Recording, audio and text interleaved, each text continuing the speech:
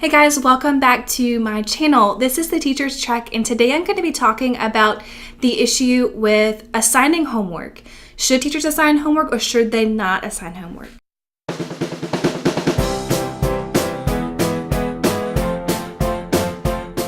Now, I'm going to be talking about this in the perspective of a high school teacher. This also can pertain to middle school. But for elementary school, I really don't have an opinion on homework. So if you want to leave your comments below on what you think homework policies should be for elementary school age, please leave them down below so that I can read them and so that other teachers can also see your opinions as well. So I did a little bit of research before I made this video just to see what kind of things were out there with the research on homework and students. What I ended up seeing a lot of the time was the 10-minute rule, which says that for every grade level a student is in, they should have at least 10 minutes of homework a night. So if you were in first grade, then you would be getting at least 10 minutes a day to do outside of school. If you are teaching ninth grade like I am, then my students will have 90 minutes of homework a day. That's a little bit excessive. Personally, I think that's a little bit too much homework to be assigning to students every single day, when they are spending most of their time at school anyway, learning the material that they're supposed to be learning. So I don't know if it's wise to overload students' minds basically for the entire duration of the day, minus a few hours where they are doing an extracurricular activity or spending time with family and friends. Now, I am kind of gonna go through my own experience. I remember quite well in high school that I took a lot of AP and honors classes, and those classes really gave a ton of homework assigned a night. And a lot of that homework really wasn't stuff that was helping me. I really felt that it was mostly just busy work to make it seem like this class was worthwhile to take because it was so rigor because of all the homework. But in reality, I really don't feel like it was doing a lot for helping me learn the material. I remember spending hours and hours a night doing homework. I would get home from school around 4, I would eat a little snack, go take a nap, wake up around dinner time, and then after that I would be up until about 3 in the morning some nights completing homework. On the weekends, you could forget about doing anything fun. I would usually spend at least one entire full day doing homework. Now, being a teacher now and having experienced just so much anxiety and stress because of homework as a student myself, I decided that I was not going to assign any homework assignments that were not meaningful to my students. Now, I do an interactive student notebook with my students, so we really don't have homework most of the time. I have the students complete the assignments in class. We usually do an activity at the end of class where they work in small groups or individually, and that activity will last anywhere from 15 to 20 minutes depending on what is required for the assignment. But they have that whole entire time to be working on the activity. If it's not completed, then they need to complete it themselves for homework. And usually those who don't complete it are the ones who are not using their time wisely. What I really think is positive about the student interactive notebook is that it really helps students get organized. It helps them be more accountable for their work. And I feel like it makes them feel proud to look back and see all of the work that they've done throughout the semester. I do assign some homework, but I do give students at least 10 to 15 minutes to start the assignment in my class. So if I assign it maybe in the beginning of the period, then I'd give them that 10 minutes, and then after the timer goes off, they would need to put that away. And if they weren't able to complete it, it would be completed during homework at home, or they could come into tutoring during one of the lunch periods to complete it in my classroom. So again, they have the choice. They can either wait and do it at home on their own time, or they can use their time wisely in school and come and do their assignment in my class. Another reason why I think homework, at least the traditional sense of homework, like worksheets, word problems, all of those stuff, I just feel like it's so outdated for what our students need. They don't need to know how to complete just random questions. They don't need to complete a series of questions to show you that they know the material, Be more creative with your assignments. If you're going to assign homework, make sure it's something that is going to help them in the long run understand the content or help them develop a skill that they'll use later in high school and in life. So one of the things I really like to do is assign projects where students use computers to do a design. I had students create posters using canva.com, and I'm going to link that down below in the description if you want to check that out. But I use Canva a lot myself. It's a really great design tool, and it's also free to use. And I wanted to teach my students the content, but I also want them to have a creative outlet to do it with. I have a Creative Help Wanted poster where they needed to display to me that they knew the requirements of being president, and also let them have a little bit of creativity to describe what qualities they want to see in a president.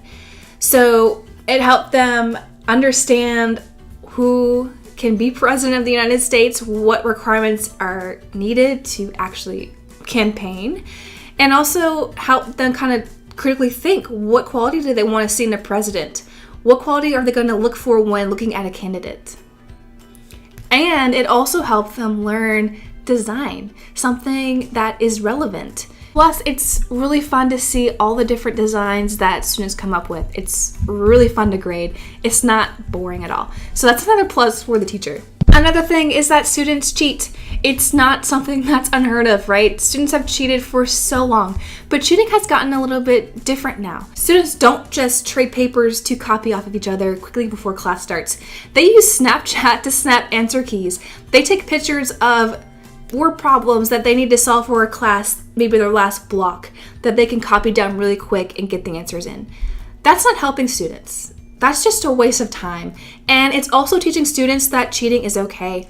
They're not learning what academic integrity is. They're not getting ready for college. In college, we need to teach students that cheating is not okay. It can get you expelled.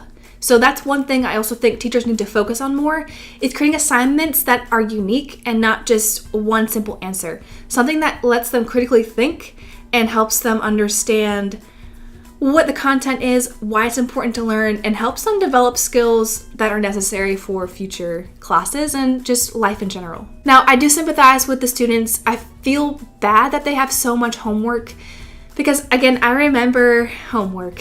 I remember how much time it took out of my life and how I really didn't feel like it even helped me at all. Now, I'm going to give you just a few different examples of what you could do instead of assigning a traditional homework assignment like a worksheet. These are things that I have used in my classes. There are a couple that I haven't done yet, but am willing to try them out this next school year. And when I do, I'll let you know how it goes. Number one is project-based learning. So don't just assign a worksheet. Assign something that's going to help them develop a lot of different skills into one assignment. So if you assign a project, maybe it's individual or group, just give them a little bit of creativity in how that they can do the assignment. Maybe you can differentiate the assignment and give them a few different options of how they can complete the task presented to them. Maybe they can do a video and have them act out a scene from a play. Maybe they can create a poster on Canva or something like that, something creative online. Or maybe they just want to do it physically, maybe draw an image, cartoon, political cartoon or something like that. Just something that they can choose themselves so that they will more than likely want to do it and also learn the content at the same time. Number two is Edpuzzle. So this is something that I saw at a professional development conference. This is something that I'm going to try out this year with my own classes. So basically you go onto the website and you create it as a teacher profile, and then you can invite your students to go on and actually be able to register as your student. You can assign a video to watch, and you can also put in links during the video. So maybe like 3 minutes or 1 to 3 minutes in, whenever you see fit, put in a question. You can literally just type it out yourself. I think there's some that are pre-made for you, but you can type in a question and have them answer that question. You can have just one throughout the entire video. You can have maybe 3, 4, depending how long the video is. And this really just kind of helps the students stay engaged in the video, So they can't just put the play button on and play it through while they're doing something else. They have to actually answer the questions in order to proceed to the end of the video. So again, this can just be like a 5-minute video, something really short. Can be a little bit longer, 10-15 minutes, but I wouldn't probably go past 15 minutes just because, again, the time. You don't want students to be spending so much time on one class. You want them to be doing something. You want them to be living their life, right? But also getting a little bit of learning in. Number 3 is a weekly reflection. So maybe you have them write this up quickly on a Google Doc, have them share it with you. Maybe you have a question to answer, have them answer like one thing that you learned about this week. And then have them describe that in a little bit of detail. Give them a minimum word limit. And then again, that helps them reflect on what they've learned. And also it shows you what they took away from your lesson so that you can kind of go back and reteach something if you need to. Number 4 is using Google Classroom. And I've used this with an AP class before, but this can work for any class. And there's a discussion feature on Google Classroom where you can ask a question and have students answer that question. So what I did one time was I had a question, or I had them ask questions to each other, really. So they had to make a comment and ask a question on this Google discussion on Google Classroom. And they had to respond to at least 2 of their peers and kind of get a conversation going. They couldn't just say, I agree with you. They had to have something of substance to add to the discussion. And I really felt like this was a good experience for them because in college classes, you do a lot of collaboration, a lot of discussion boards with students in your classes.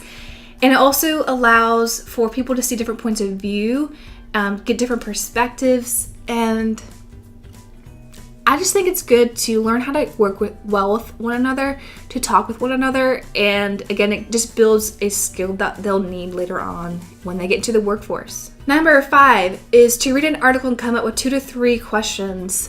This is something that you can do if you're planning on doing a Socrative seminar or a class debate. What I did with this kind of idea is I had students read a short article on the Second Amendment and come up with the pros and cons of gun control. So that really allowed them to get to know the material, but it didn't take too long. It took about 15 minutes at the most for most students to complete this assignment. And it really just made it so that we could have more time to discuss in class. And it made for a really awesome discussion. I was really proud of my students for all the questions that they came up with, all the different sides that they had, but I gave them the opportunity to look at both sides of the issue. Looking at both sides of the issue is very important for students to do. It allows them to see a different point of view to what they have. It allows them to see a counter argument, and then they can argue against that in a discussion.